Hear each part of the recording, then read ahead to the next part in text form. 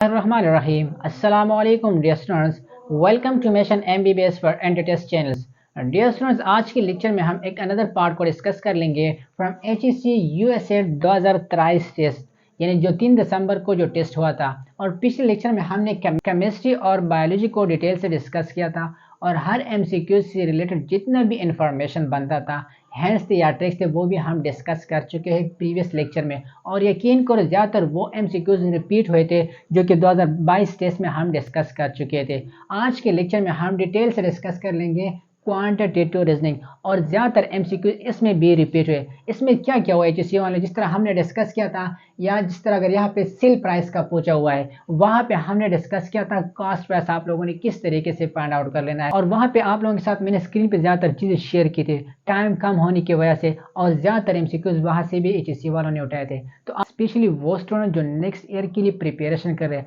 आप लोगों ने क्या कर लेना है, ये जो इंपॉर्टेंट शॉर्टकट होते हैं या हैंड्स होते हैं, आप लोगों ने ये नोट्स कर लेना है। और इसके अलावा इंपॉर्टेंट जो स्क्रीन पे मैं आप लोगों के साथ शेयर कर रहा हूँ, आप लोगों ने ये ज़रूर क्या कर लेना है, अपने साथ नोट कर लें। तो चलिए स्टार्ट कर लेते हैं आज की लेक्चर को। MCQs number 1 from quantitative reasoning, which of the following is a rational number. बहुत सिंपल MCQs है। रेशनल नंबर इसके अंदर हमारे पास कौन सा होगा, तो आपको आइडिया है कि हमारे पास रेशनल नंबर क्या होता है, those number which can written P by Q इस फॉर्म में अगर हम लिखे, ठीक है,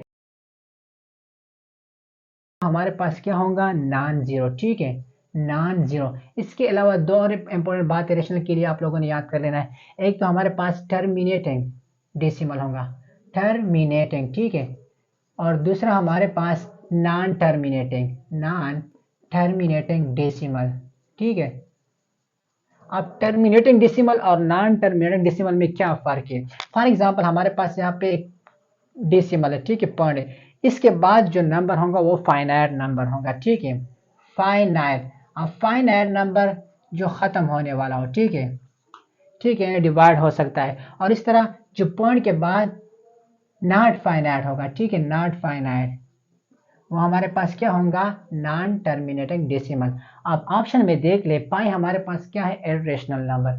ऑप्शन नंबर बी को देख ले, और इस तरह अगर हम ऑप्शन नंबर सी को देख ले, यहाँ पे क्लियरली थोड़ा बहुत मेंशन 7.323232 रिपीटिंग यूनिट भी है और फाइनाइट भी है और डेसिमल के बाद भी है। तो इट्स मीन कि हमारे पास करेक्ट ऑप्शन कौन सा होगा, ऑप्शन नंबर सी। देख ले, F bracket x is equal to 3x की square 4 minus 2x square plus 7, then the value of f under root 2 is dash. Repeated MCQs जो कि ऑलरेडी हम डिस्कस कर चुके हैं प्रीवियस पास पेपर में 2022 में। अच्छा, आप लोगों ने सिंपल क्या कर लेना है, इक्वेशन को लिख लेना है। इक्वेशन हमारे पास क्या है, 3x power cube minus 2x square plus 7। अब सिंपल आप लोगों ने क्या पुट कर लेना है, अंडर रूट 2। ये हमारे पास किस चीज की वैल्यू है, fx की, ठीक है। x की जगह आप लोगों ने अंडर रूट 2 को पुट कर लेना है, ठीक है, 4 आ जाएगा। और इस तरह यहाँ पे 3 माइनस 2 अपनी जगह अंडर रूट 2 और इसके ऊपर स्क्वायर प्लस 7। अब सिंपल आप लोगों ने सिंप्लीफाई कर लेना है, कैलकुलेशन कर लेना है। किस तरीके से, 3 अपनी जगह 1/2 लिख सकते हैं, ठीक, इसकी जगह यहाँ पे 2, इस तरह 1/2 अंडर रूट 2 की वैल्यू, और इसके ऊपर हमारे पास 4। अब माइनस 2 अपनी जगह इस तरह अंडर रूट 2 प्लस 7। अब 3 अपनी जगह पे आ जाएगा, ठीक है, और इस तरह 2 मल्टीप्लाई करें तो हमारे पास 4 आ जाएगा। अब सिंपल माइनस 2 प्लस 2 के साथ मल्टीप्लाई करें, -4 और प्लस 7, ठीक है, यहाँ पे 12 माइनस 4 प्लस 7। अब 12 और 17 हमारे पास 19, और 19 से 4 को माइनस कर ले तो करेक्ट ऑप्शन हमारे पास क्या आ जाएगा, 15। तो इट्स मीन कि हमारे पास करेक्ट ऑप्शन कौन सा होगा, ऑप्शन नंबर डी। अगर इस तरह MCQs आए तो आप लोगों ने क्या कर लेना है, वैल्यू को पुट कर लेना है और फिर आंसर को निकाल लेना है कैलकुलेशन करके। अच्छा, अब हम चलते हैं MCQs नंबर 3 की तरफ। नंबर 3 को देख ले, the sale price of an article is 3,597 with a profit of 9%. The cost price of an article is dash. Repeated MCQs है जो कि ऑलरेडी हम डिस्कस कर चुके हैं प्रीवियस पास्ट पेपर में। अच्छा, आप लोगों ने क्या कर लेना है, वहां पे हमने सेल प्राइस को फाइंड आउट किया था, चूंकि कास्ट प्राइस, तो कास्ट प्राइस और सेल प्राइस के लिए आप लोगों ने फार्मूला याद कर लेना है। और यहाँ पे स्क्रीन पे मैं आप लोगों के साथ शेयर भी करता हूँ, ठीक है, वो जो नेक्स्ट ईयर के लिए प्रिपरेशन कर रहे हैं ये भी आप लोगों ने याद कर लेना है। अच्छा, फार्मूला हमारे पास क्या है, cost price is equal to sell price multiplied by 100 divided by 100 minus loss percent, ठीक है। फॉर एग्जाम्पल अगर यहाँ पे प्रॉफिट की जगह लास्ट होता तो फिर आप लोगों ने ये वाला फार्मूला यूज़ करना होता, ठीक है। लेकिन चूंकि यहाँ पे हमारे पास प्रॉफिट है गिवन है, तो प्रॉफिट के लिए यहाँ पे आप लोगों ने क्या कर लेना है, माइनस की जगह प्लस, ठीक है। और यहाँ पे प्रॉफिट परसेंटेज। अब सिंपल आप लोगों ने वैल्यू को पुट कर लेना है। वैल्यू हमारे पास क्या है, सेल प्राइस कितना है 3597 multiplication 100 divide by 100 plus profit कितना है 9। अब सिंपल आप लोगों ने क्या कर लेना है, ऊपर अपनी जगह 3597 मल्टीप्लाई बाय 100 और इसको ऐड कर लेना है 109। अच्छा, अब अगर इसके साथ सिंपली मल्टीप्लाई कर लें, अगर इस तरह डिजिट आ गए, ठीक है, 100,000 इस तरह 10,000, जीरो को उठाना किस तरीके से, 3 अपनी जगह 597 और इस तरह 20, ठीक है। अब 109 पे आप लोगों ने क्या कर लेना है, डिवाइड कर लेना है। तो सिंपल किस तरीके से, अब देख ले ये 359, अगर 100 100 100 तो इट्स मीन कि 3 से डिवाइड कर ले जो 300 327 आ जाएगा, ठीक है। तो सिंपल आप लोगों ने क्या कर लेना है, 9 से 7 को 2, 5 से 3 को 2, ठीक है, और इस तरह फिर 7 और दोबारा से 3 के साथ मल्टीप्लाई करें तो 327 आ जाएगा, ठीक है, 00, ठीक है। तो इट्स मीन कि हमारे पास करेक्ट ऑप्शन कौन सा है, ऑप्शन नंबर डी। तो आप लोगों ने सिंपल इस तरह कैलकुलेशन भी कर लेना है। चूंकि टेस्ट के अंदर आप लोगों के साथ कैलकुलेटर नहीं होता है, तो आप लोगों ने इस तरह सिंपल कर लेना है। नंबर 4 को देख लेते हैं। Difference of face value from the place value of 5 in 7956 is dash. बहुत सिंपल एमसीक्यूज है। सबसे पहले डैश में आप लोगों ने फेस वैल्यू और प्लेस वैल्यू को अंडरस्टैंड कर लेना है। फेस वैल्यू का क्या मतलब, फेस वैल्यू और प्लेस वैल्यू, ठीक है। अब फेस वैल्यू जो एक्चुअल वैल्यू होता है, ठीक है, एक्चुअल वैल्यू, एक्चुअल वैल्यू। अब एक्चुअल वैल्यू हमारे पास क्या है 5, और इस तरह अगर हम प्लेस वैल्यू को देख ले, प्लेस वैल्यू वो नंबर जो पोजीशंस को डिटरमाइन कर लेता है, ठीक है, number which determine position of a number, ठीक है। फॉर एग्जाम्पल किस तरह, लेट्स सपोज ये हमारे पास एक नंबर है, ठीक है, इसके अंदर हमारे पास फेस वैल्यू क्या है 5, तो ये हमारे पास 1 10 100 1000 10,000, तो इट्स मीन कि हमारे पास 5 किसके अंदर आता है 10, ठीक है। तो 10 मल्टीप्लाई बाय 5 50, तो 50 हमारे पास क्या आ जाएगा, प्लेस वैल्यू। अब सिंपल डिफरेंस आप लोगों ने डिफरेंस, ये फार्मूला आप लोगों ने याद कर लेना है, place value minus face value. Place value हमारे पास क्या है 50 और इस तरह फेस वैल्यू यानी जो एक्चुअल 5, तो करेक्ट ऑप्शन कौन सा होगा 45 डियर स्टूडेंट। लेकिन यहाँ पे स्टूडेंट्स की कुछ कंफ्यूजन है, ठीक है, कुछ के जहन में -45 और कुछ के जहन में सी, लेकिन करेक्ट ऑप्शन हमारे पास क्या है डी अकॉर्डिंग टू कैलकुलेशन।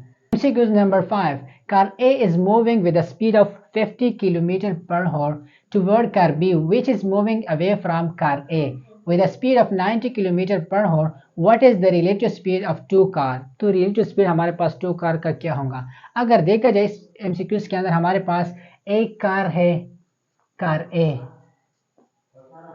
ए और इस तरह कार बी। कार ए की हमारे पास जो स्पीड है वो कितना है 50 किलोमीटर पर हॉर और इसमें 90 किलोमीटर पर हॉर। अब देख ले अवे की बात हो रही, तो इट्स मीन कि ये अपोजिट डायरेक्शन में है। तो रिलेटिव स्पीड के लिए आप लोगों ने दो फार्मूले याद कर लेना है। अगर सेम डायरेक्शन में हो, ठीक है, एक सेम और इस तरह डिफरेंट। अब चूंकि ये हमारे पास डिफरेंट डायरेक्शन में है, तो रिलेटिव स्पीड बराबर है u प्लस वी, ठीक है, फर्स्ट ऑब्जेक्ट के लिए और इस तरह ये सेकंड ऑब्जेक्ट के लिए। और यहाँ पे अगर हम देख ले v u माइनस वी, ठीक है, रिलेटिव स्पीड के लिए। तो डियर स्टूडेंट आप लोगों ने क्या कर लेना है, सिंपल पुटिंग कर लेना है।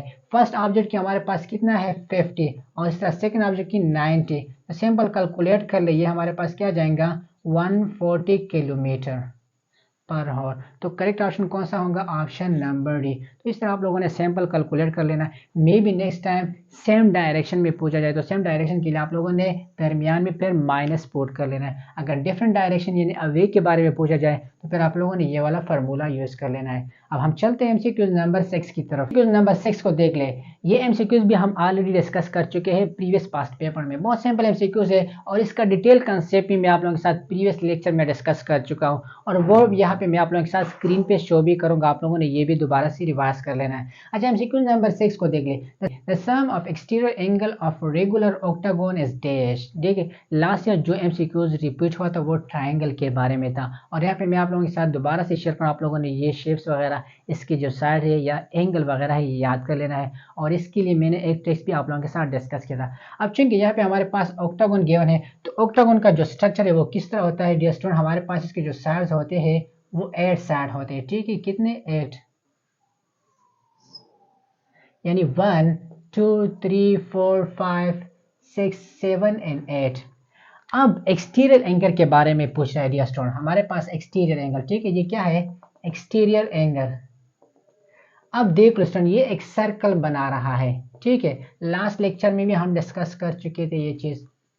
तो ये एक सर्कल के अंदर हमारे पास जो एंगल होता है वो 360। तो इट्स मीन कि इसका जो एक्सटीरियर एंगल होगा वो 360 के बराबर होगा। तो करेक्ट ऑप्शन कौन सा होगा, ऑप्शन नंबर सी। लेकिन अगर इस तरह पूछा जाए the sum of interior angle of regular octagon is dash, तो फिर आप लोगों ने एक फार्मूला याद कर लेना है। फार्मूला हमारे पास क्या है 180 n माइनस 2।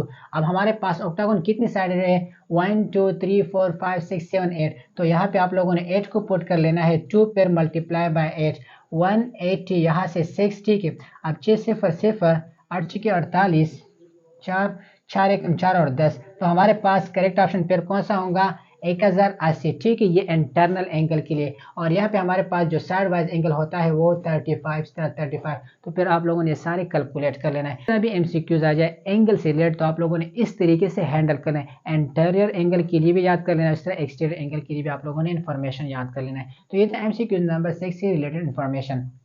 7 में देख ले the age of mother is 3 time. कितना है 3 time the age of her daughter is 6 year. ये कितना है 6 year ago the age of mother was 5 time the age of her daughter. The age of mother after 2 year will be dash. ठीक है, mother year 2 year will be dash कितना होगा। अगर question के अंदर यहाँ पे देख ले हर डॉटर, तो हर डॉटर से मीन कि हमारे पास जो डॉटर की एज है डी मीन डॉटर। ठीक है, डॉटर एज हमारे पास क्या है x है, तो हमारे पास मदर की कितना होगा 3 टाइम। ठीक है, अगर डॉटर की x है तो मदर एज कितना होगा m मीन मदर, ये होगा 3x। ठीक है, अब her daughter 6 year ago the age of mother was 5 time. ठीक है, तो इट्स मीन 5x माइनस 6। ठीक है, तो सिंपल आप लोगों ने क्या कर लेना है 3x minus 6 is equal to 5x minus 6। ठीक है, अब सिंपल कैलकुलेशन कर लेना। हमारे पास इक्वेशन बन गए तो सिंपल आप लोगों ने 5x माइनस 5 के 30। ठीक है, और इस तरफ फिर 6 3x।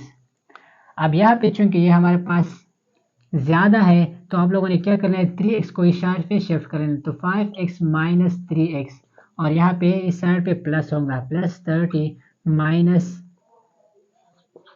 6। ठीक है, अब सिंपल आप लोगों ने 24 और यहाँ पे 2x, तो यहाँ पे 2 मल्टीप्लाई कर ले और इस तरह यहाँ पे तो 12x इज इक्वल टू 12। ठीक है, x हमारे पास क्या गया 12, ये किस एक के लिए डॉटर के लिए।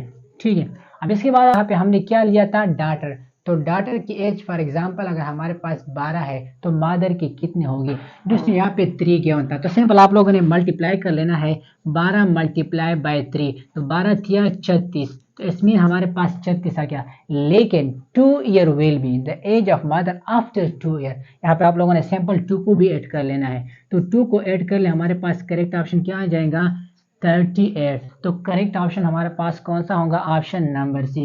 अगर इस तरह एमसीक्यूज आ जाए तो आप लोगों ने इस तरीके से सोल्व करना है। ठीक है, और फिर सिंपल कैलकुलेशन कर लेना है। तो ये था एमसीक्यूज नंबर 7 से रिलेटेड इन्फॉर्मेशन। नंबर 8 को देख ले the number of 5 digit number that can be found from the digit 4 3 5 7 9 is this. बहुत सिंपल एमसीक्यूज है, यहाँ पे आप लोगों ने एक ट्रिक्स को अंडरस्टैंड कर लेना है। क्वेश्चन के अंदर हमारे पास 5 डिजिट नंबर गिवन है 4 3 579, ठीक है। सिंपल आप लोगों ने क्या कर लेना है, 5 डॉट लगाना है, 1 2 3 4 5।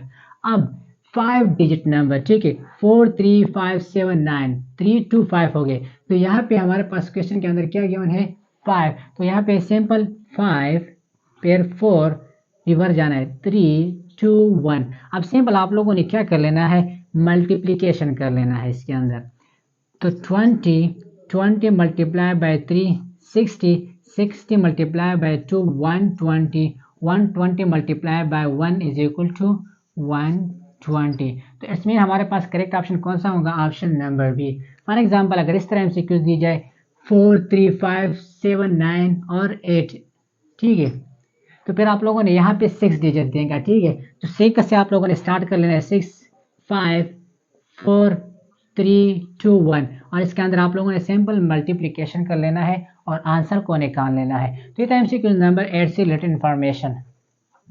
नंबर 9, टू एंगल हुए sum is 90 are called dash angle. For example हमारे पास 60 + 30, इस तरह 70 + 20, तो इसके हमारे पास जो सम है वो किसके बराबर है, 90। तो इस एंगल को हम क्या कहेंगे, complementary angle. Maybe next time इस तरह एंगल दी जाए 60 + 30 70 + 20, और इसके आंसर में आपसे पूरे कम्प्लीमेंट्री एंगल राइट या सप्लीमेंट्री एंगल, तो आप लोगों ने कौन सा ऑप्शन को करेक्ट कर लेना है, कम्प्लीमेंट्री एंगल को। ठीक है, नंबर 10 को देख ले, 7/2 - 18 इज डैश। तो सिंप्लीफिकेशन आप लोगों ने कर लेना है, 7 2 - 18 इज इक्वल टू डैश।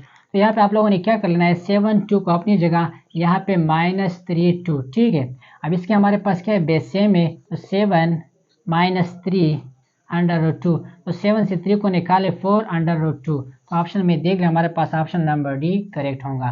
तो स्टूडेंट ये था आज का लेक्चर। इंशाल्लाह नेक्स्ट लेक्चर में हम नेक्स्ट 10 एमसीक्यूज को डिस्कस कर लेंगे, और इस तरह फिर जो रिमेनिंग रहते हैं वो अगले लेक्चर में डिस्कस कर लेंगे। और साथ साथ में आप लोगों ने ये इन्फॉर्मेशन भी याद कर लेना है, at the end of lecture आप लोगों ने ये जितनी भी शेयर स्क्रीन पे मैं आप लोगों के साथ शेयर कर लेता हूँ, आप लोगों ने ज़रूर ये नोट्स कर लेना है, ठीक है। बहुत मेहनत से मैं आप लोगों के साथ ये चीज़ें सर्च कर लेता हूँ, तो आप लोगों ने क्या कर लेना है, नोट्स मिल कर लेना है और थोड़ी बहुत प्रैक्टिस कर लेना है। फिर आप लोगों को ज़रूरत भी नहीं होगा चैप्टर को रिवाइज करने के लिए, ये चीज़ें भी आप लोगों के लिए काफ़ी है।